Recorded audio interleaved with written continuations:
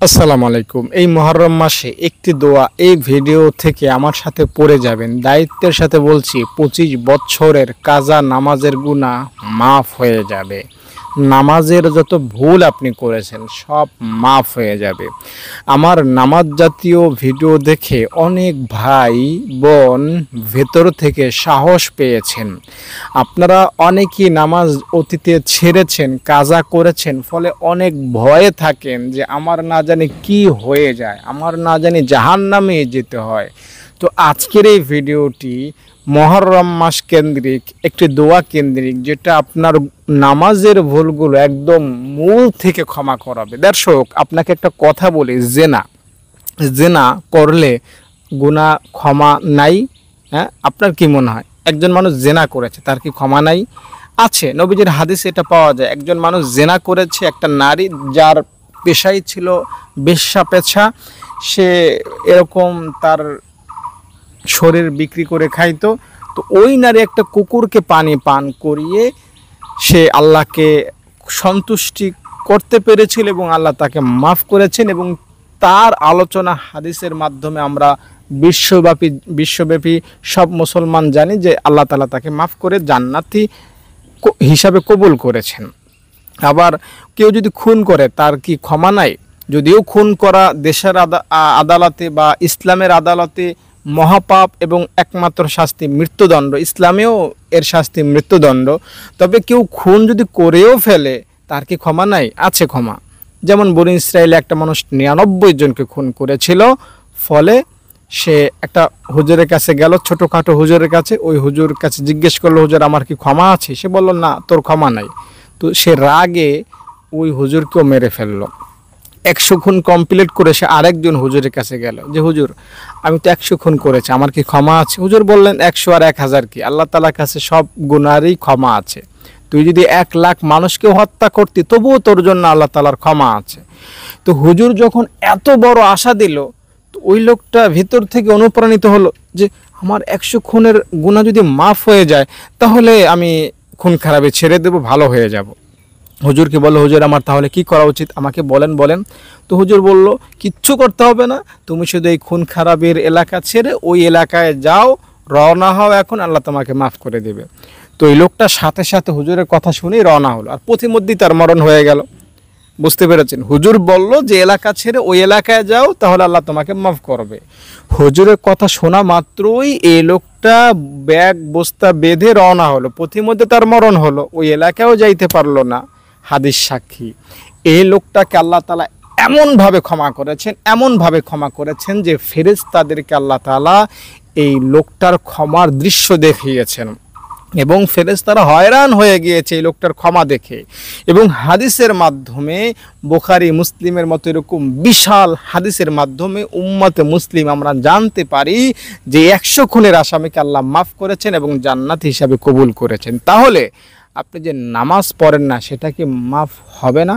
যখন আমি অনেক ভিডিওতে এই কথাগুলো বলি, অনেকেই আমাকে খারাপ মন্তব্য করেন যে হুজুর এভাবে বলা কি ঠিক হয়? দেখেন, এভাবে বলা ঠিক, আল্লাহ তাআলা অনেক কারীম। তাকে যদি আপনি মনে করেন যে আমি নামাজ পড়ি নাই, তিনি ক্ষমা করবেন না, তাহলে আপনি জাহান্নামে যাওয়ার জন্য এরকম একটা বিশ্বাসই যথেষ্ট। আপনি যদি মাজারে সেজদাও দেন, তবুও আপনার জন্য ক্ষমা আছে। একটা উদাহরণ আপনাকে বলি, ধরেন আপনি 70 বছর টানা নামাজ পড়লেন না, 70 বছর টানা নামাজ পড়লেন না, আর আমি আব্দুল আজিজ শাহজালালের মাজারে গিয়ে শাহজালাল রহমতুল্লাহ আলাইকে একটা সেজদা দিলাম, তাহলে আপনার 70 বছরের নামাজ না পড়ার গুনাহ বড়, না আমি যে শাহজালাল রহমতুল্লাহকে একটা সেজদা দিলাম আমার গুনাহ বড়? বলেন তো। নিঃসন্দেহে আপনি বলবেন আমার গুনাহটা বড়, কারণ আল্লাহ ব্যতীত কাউকে সেজদা দেয় এটা শিরক, আর শিরক হলো সবচেয়ে বড় গুনাহ, এর সাথে কোনো তুলনা চলে না। দুনিয়ার 200 কোটি মুসলমান আছে, 200 কোটি মুসলমানের গুনাহ এক জায়গায় রাখবেন, আর আমার শাহজালাল রহমতুল্লাহ আলাইকে সেজদা দেওয়ার গুনাহটা এক পাল্লায় রাখবেন। দায়িত্বের সাথে বলছি, দুনিয়ার 200 কোটি মুসলমানের গুনাহের চাইতে আমার একা এই একটা গুনাহ ভারী হয়ে যাবে। একটা গুনাহ এত বেশি মূল্যবান, এত বেশি জঘন্য। তো একটা মানুষ যদি এরকম শিরক করে, ওই শিরকের গুনাহ কি মাফ হয় না? অবশ্যই মাফ হয়। তবে পরকালে গিয়ে এগুলো আর মাফ হওয়ার সুযোগ নাই। পরকালে আপনি নামাজ পড়েন না, আল্লাহ বলবেন যা 7 খুন মাফ, জান্নাতে যা। রোজা রাখিস নাই, যা, দেখার দরকার নাই, জান্নাতে যা। পর্দা করিস নাই, যা, কাউকে বলবো না, জান্নাতে যা। বিড়ি খাইছিস, যা, কাউকে বলবো না, জান্নাতে যা। টিভি দেখেছিস, যা, কাউকে বলবো না, জান্নাতে যা। শিরক করেছিস, যা, থেমে যা, জাহান্নামে যা। তোর কোনো উপায় নাই। শিরকের গুনাহ থেমে যায়, শিরকের গুনাহ স্তম্ভ করে দেবে আপনাকে, শিরকের গুনাহ আপনাকে জাহান্নামের লাকড়ি বানায় ছাড়বে। তো এত বড় শিরকের গুনাহ যদি মাপ চান, মাফ হবে না? আপনার কি প্রশ্ন, উত্তর কি বলেন? তাহলে আমি সামনে আগাবো। মাফ হবে। যদি উত্তর হয় না, তাহলে আরেকটা উদাহরণ আপনাকে বলি। একজন হিন্দু বা খ্রিস্টান যে সারা জীবন শিরক করেছে, সে যখন মুসলমান হয়, তার ওই শিরকের গুনাহ কি ক্ষমা হয় না? অবশ্যই মাফ হয়ে যায়, ওগুলো তার থাকে না। এটা যখন আপনি বুঝেন, তো একজন মুসলমান যদি শাহজালালকে 1000 বারও সেজদা দেয়, এটা কেন মাফ হবে না? আর এটা যদি আপনার ক্ষমা হবে, এটা আপনার বুঝে আসে এখন, তাহলে একটা মুসলমান 20 বছর নামাজ পড়ে না, এই গুনাহ কেন মাফ হবে না? অবশ্যই ক্ষমা হবে। এই যে এতক্ষণ বকবক করে যা বুঝাইলাম, শুধু এইটা বোঝানোর জন্য যে নামাজ না পড়ার গুনাহ ক্ষমাশীল, এটা ক্ষমা হওয়ার যোগ্য। আপনি 30 বছর যদি নামাজ না পড়েন, সেটাও ক্ষমা পেতে পারেন একটা দোয়া পড়ার মাধ্যমে। সেই বিশেষ দোয়াটা আজকের এই ভিডিওতে আপনার সাথে শেয়ার করবো। এই মুহররম মাসে এই দামি, ফজিলতপূর্ণ, অতি গুরুত্বপূর্ণ মহা দোয়াটা পড়ে যাবেন আমার সাথে, দেখে দেখে বা আমার সাথে মুখ মিলিয়ে মিলিয়ে গুনাহ মাফ হয়ে যাবে ইনশাআল্লাহ। দেখেন, আমার এই ভিডিওটা যদি এখন আপনি দেখা শুরু করেন এবং নামাজ না পড়া গুনাহগুলো যদি মাফ করাইতে চান, তাহলে একটা দাবি আপনার কাছে, একটা লাইক করবেন ভিডিওতে এবং কমেন্টে সবাই আমিন লিখে যাবেন। যারা যারা লাইক করলেন, আমিন লিখলেন, আল্লাহ তাআলা আপনাদের মনের আশা পূরণ করে দেন। আল্লাহ তাআলা সত্যি সত্যি আপনাদেরকে মক্কা মদিনায় নিয়ে গিয়ে, মদিনায় গিয়ে নবীজিকে সালাম দেওয়ার তৌফিক দান করেন, আমিন। দর্শক সবাই লাইক করেন, কমেন্ট করেন, এটা দেখলে আমার ভালো লাগে। হ্যাঁ, তো আল্লাহ তাআলার কাছে আপনি যে দোয়া বা যে আমল করে ক্ষমা পাবেন, সেটা আমি এখন আপনাকে বলবো।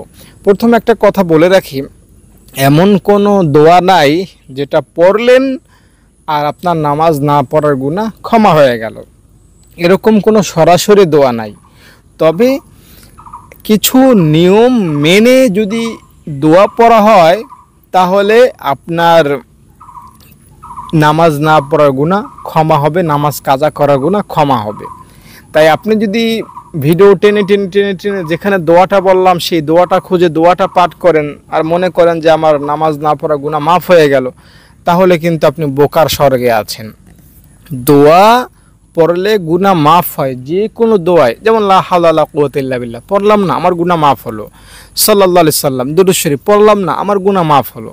তবে ওই যে নামাজ না পড়ার গুনাহ, জিনা করার গুনাহ, এগুলো তো ভয়ঙ্কর লেভেলের গুনাহ, এগুলো দোয়া পড়ার মাধ্যমে মাফ হয় না। কিছু শর্ত বা কিছু নিয়ম মেনে দোয়া পড়তে হয়।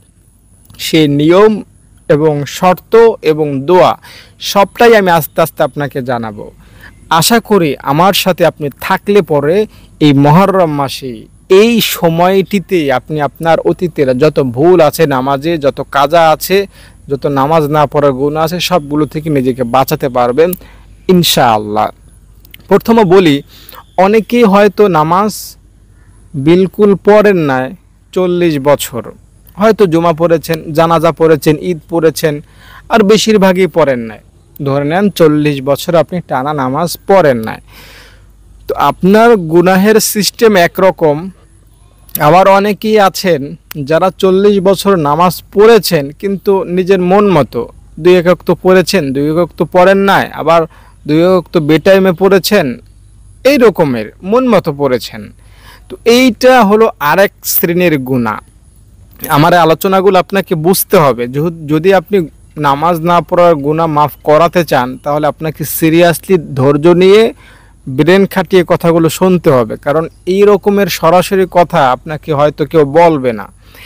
এরপরে আরেক শ্রেণীর নামাজ না পড়ার গুনাহ হলো এমন, যে একটা লোক ছোটবেলায় মাদ্রাসায় পড়ে না, আরবি শুদ্ধ করে পারে না, সে আলহামদুলিল্লাহ সূরা ভালো করে পড়তে পারে না। আলহামদুলিল্লাহ রাব্বিল, কোরআন শরীফকে ব্যঙ্গ করা আমার উদ্দেশ্য না, অনেক এরকম পড়ে, তাই পড়ে শোনাচ্ছি না।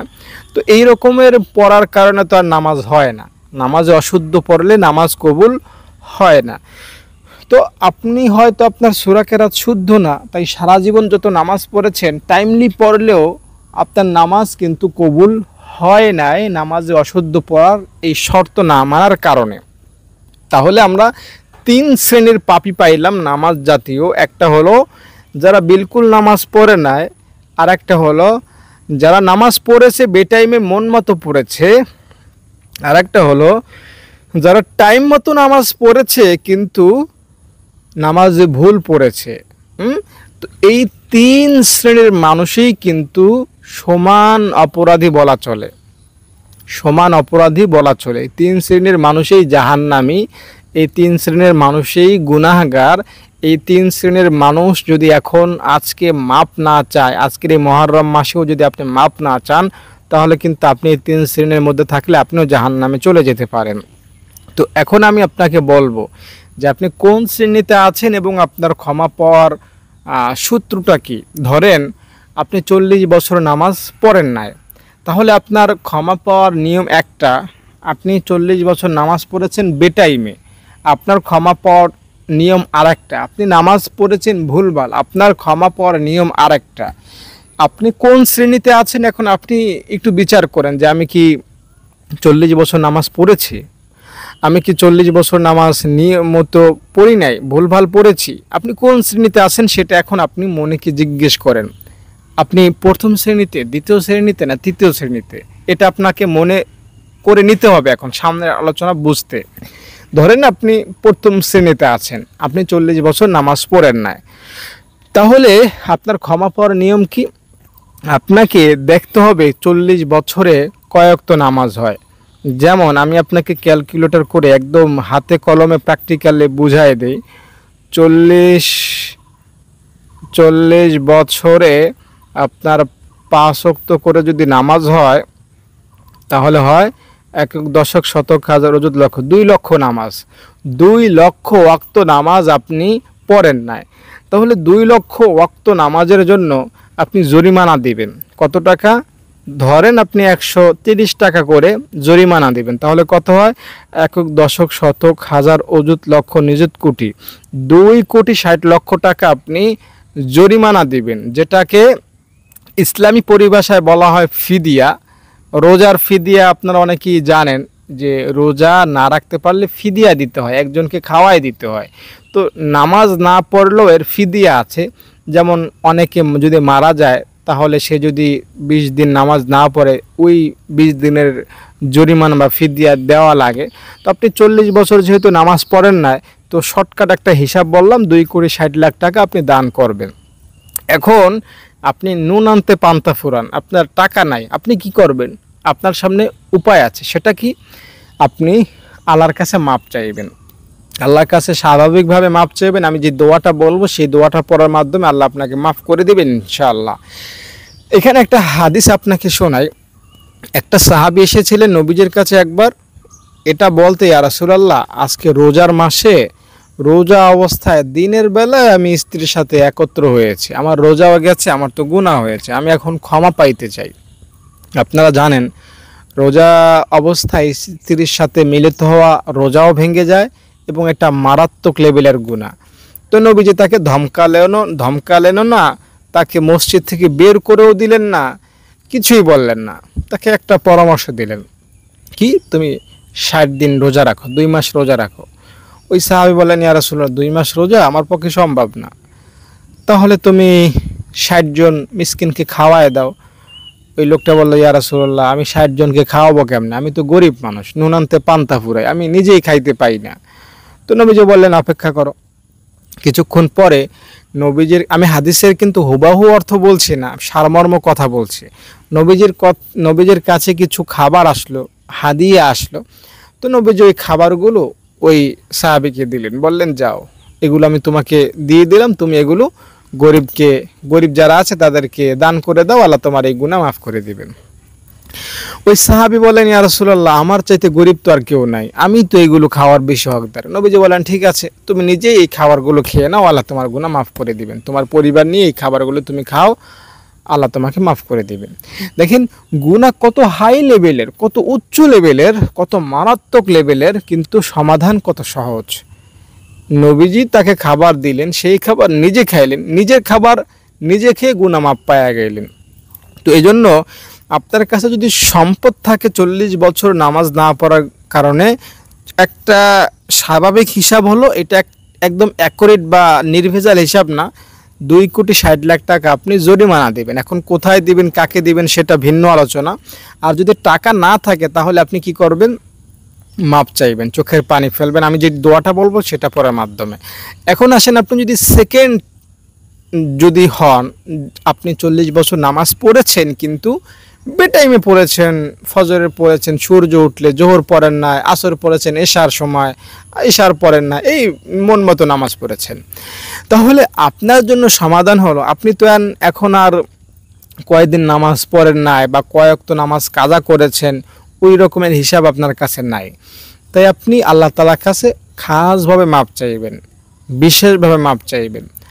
আমি যে দোয়াটা বলবো সেই দোয়াটা পড়ার মাধ্যমে চোখের পানি ফেলে মাপ চাইবেন, ইনশাআল্লাহ আল্লাহ আপনাকে মাফ করবেন। আর যদি সম্ভব হয় হিসাব বের করা, তাহলে প্রথম শ্রেণী যেটা বললাম জরিমানা দেয়া, যদি আপনার কাছে অর্থ থাকে তাহলে আপনি ওইভাবে জরিমানা দিয়ে দেবেন। এখন আপনি যদি তৃতীয় টাইপের লোক হন, যে 40 বছর নামাজ পড়েছেন ঠিকঠাক মতো কিন্তু ভুলভাল পড়েছেন, তাহলে আপনার জন্য সমাধান একটাই, সেটা হলো এখন থেকে আপনি সঠিকভাবে নামাজ পড়বেন। বুঝতে পেরেছেন? এখন থেকে সূরা কেরাত ঠিক করে সঠিকভাবে নামাজ পড়বেন। এখন থেকে যদি সঠিকভাবে নামাজ পড়ার নিয়ত না করেন, তাহলে অতীতের 40 বছরের ভুলভাল নামাজ কবুলও হবে না, মাফও হবে না সেই গুনাহ। তাই এখন থেকে আপনাকে নিয়ত করতে হবে যে সামনের দিন থেকে আপনি ভালোভাবে কোনো হুজুরের কাছ থেকে নামাজের নিয়মকানুন সূরা কেরাত শিখে সেটা আদায় করবেন। আগের মতো আর নামাজ পড়তে থাকলে আপনার অতীতের গুনাহ মাফ হবে না, সামনের নামাজও কবুল হবে না, এটা আমি বলে দিলাম। তাই আপনার জন্য পরামর্শ হলো এখন কোনো হুজুর কাছ থেকে ভালোভাবে নামাজ শিখে সেইভাবে নামাজটা আদায় করা। তো এই 3 শ্রেণীর মানুষের কথা বললাম। আপনারা সবাই আশা করি নিজের অবস্থান থেকে আমার কথাগুলো বুঝতে পেরেছেন। এখন আমি একটা দোয়া বলবো, এই দোয়াটা আপনারা দিল থেকে, অন্তরের গহীন থেকে 3টা শর্ত মেনে পাঠ করবেন। 1 নম্বর শর্ত, আল্লাহকে এখন বলেন, আল্লাহ আমি 40টা বছর নামাজ পড়ি নাই, অথবা আপনি যতদিন নামাজ পড়েন না সেটা বলেন, আমি 20 বছর নামাজ পড়ি নাই, আমাকে তুমি মাফ করে দাও। প্রথমে এই কথাটা আল্লাহকে বলেন, আল্লাহ আমি 20 বছর নামাজ না পড়ে অনেক ভুল করেছি, 17 বছর নামাজ না পড়ে অনেক ভুল করেছি, এই কথাটা আল্লাহকে এখন বলেন। বলেছেন, মন থেকেই বলেছেন আশা করি। এখন বলেন যে আল্লাহ আমি এখন তোমার কাছে ক্ষমা চাই, আমি যে গুনাহগুলো করলাম এগুলোর জন্য আমি তোমার কাছে মাপ চাই। মাপ চাইলেন, মন থেকে কিন্তু মাপ চাইবেন। এরপরে 3 নম্বরে আল্লাহকে বলবেন যে আল্লাহ আমি তোমাকে কথা দিলাম আর কোনোদিন গুনাহ করব না, নামাজ আর ছাড়ব না, আমি নামাজ নিয়ে আর কাজা করব না, নামাজ আর অলসতায় ফেলে রাখব না, সময় মতো শুদ্ধভাবে নামাজ পড়ব। এই কথা আল্লাহকে দিতে হবে আপনাকে।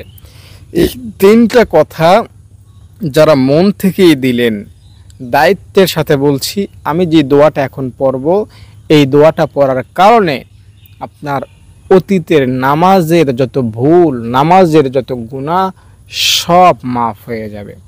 আশা করি 3টা কথা মন থেকে বলেছেন, দিল থেকেই বলেছেন। তাহলে এখন আমার সাথে দোয়াটা পড়েন। দোয়াটা কি?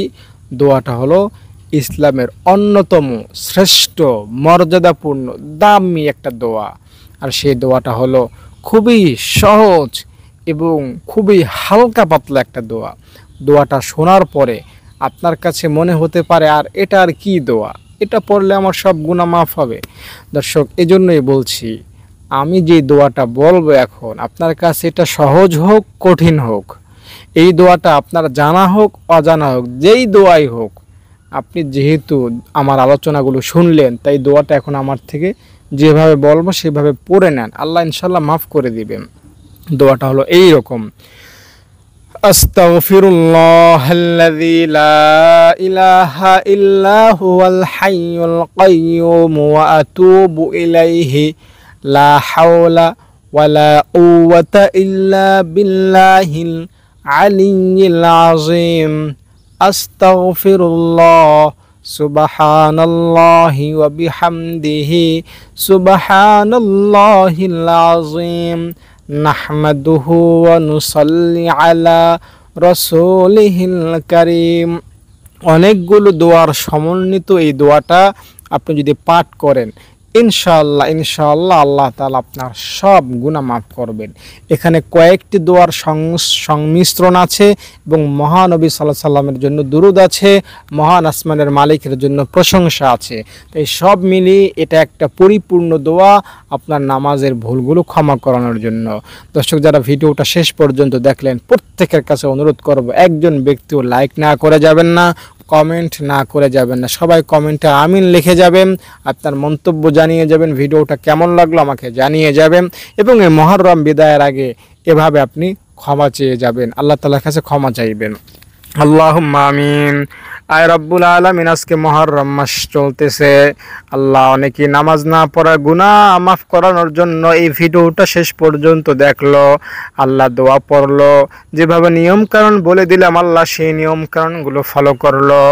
আল্লাহ মেহেরবানি করে যে সকল ভাই বোন এই ভিডিওটা দেখলো তাদের গুনাহ তুমি মাফ করে দাও, নামাজ না পড়ার গুনাহ তুমি সওয়াবে রূপান্তর করে দাও। এখন থেকে ভুলভাল নামাজ না পড়ে সঠিকভাবে নামাজ পড়ার তৌফিক দাও, সঠিক সময় নামাজ পড়ার তৌফিক দাও। আয় আসমানের মালিক, 5 ওয়াক্ত নামাজি বানায়া দাও। আল্লাহ, আমার যে সকল ভাই বোন আমাকে লাইক করলো, এই ভিডিওটিতে লাইক দিল, কমেন্টে আমিন লিখলো, আল্লাহ তাদের আশা তুমি পূরণ করে দাও। মক্কা মদিনায় জিয়ারতে যাওয়ার তৌফিক দাও। তাদের বালা মুসিবত, দুঃখ কষ্ট, হতাশা, পেরেশানি, হয়রানি দূর করে দাও। তাদের মনের আশা আকাঙ্ক্ষা, তামান্না, স্বপ্ন, ইচ্ছা, উদ্দেশ্য সব তুমি পূরণ করে দাও। আমিন আমিন। সুবহান রাব্বিকা রাব্বিল ইজ্জাতি আম্মা ইয়াসিফুন ওয়া সালামুন আলাল মুরসালিন বিরহমাতিকা ইয়া আরহামার রাহিমিন। দর্শক, যারা ভিডিওটা দেখলেন আবারও বলছি, আপনারা লাইক দিয়ে যাবেন, কমেন্টে আমিন লিখে যাবেন, আল্লাহ তাআলা আপনাদের মনের আশা পূরণ করে দেবেন, আমিন। আর আপনারা যারা আমার মাদ্রাসা দান করতে চান অবশ্যই আমাকে ফোন করবেন, অবশ্যই আমার সাথে যোগাযোগ করবেন। এখানে 70 জন মেয়ে সম্পূর্ণ বিনা খরচে এখানে থাকে, খায়, পরে আল্লাহ তাআলার কোরআন শিখছে, হাদিস শিখছে, নামাজ শিখছে। আল্লাহ তাআলা আপনাদের দান অব্যাহত রাখেন, আপনারা খোঁজ খবর নেবেন ইনশাআল্লাহ। ছাত্রীরা, তোমাদের হাতে কি তোমরা কোরআন শরীফ পড়তে পারো? তোমরা কোরআন কোথায় শিখেছো? এই মাদ্রাসায় পড়তে কোনো টাকা দিতে হয়? আসসালামু আলাইকুম দর্শক, আমি আব্দুল আজিজ, এরা আমার ছাত্রী। ছোটরা বলো আমিন, সবাই বলো আমিন। আল্লাহ তাআলা তার গুনাহ মাফ করে দেন, তাকে সুখে রাখেন, নিরাপদে রাখেন, সুস্থতা রাখেন, সম্পদে রাখেন, সম্মানে রাখেন। সবাই বলো আমিন। মৃত্যু পর্যন্ত যাতে তিনি মাদ্রাসা, মসজিদ, এতিমখানায়, গরিব অসহায় বিধবাদের পাশে থাকতে পারেন। সবাই বলো আমিন। তার অন্তরে আল্লাহ তাআলা ইসলামের মায়া মহব্বত, কোরআনের মায়া মহব্বত ঢুকিয়ে দেন। সবাই বলো আমিন।